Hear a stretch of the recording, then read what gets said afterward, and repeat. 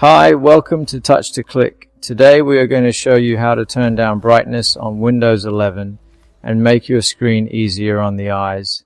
Now let's get started. Method 1. Step 1.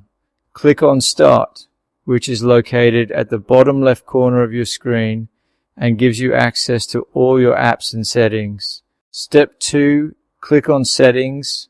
This opens the main menu where you can adjust your system preferences and personalize your PC. Step 3. Click on System. Here you will find all the options related to your computer's performance and display. Step 4. Click on Display.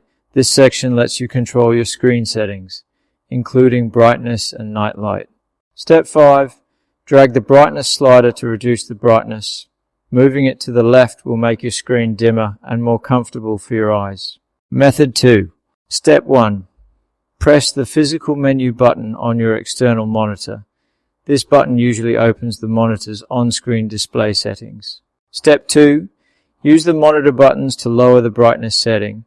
Adjusting this directly changes how bright your monitor appears, which is useful if Windows settings don't apply. Thank you for watching, and don't forget to subscribe to Touch to Click for more helpful guides.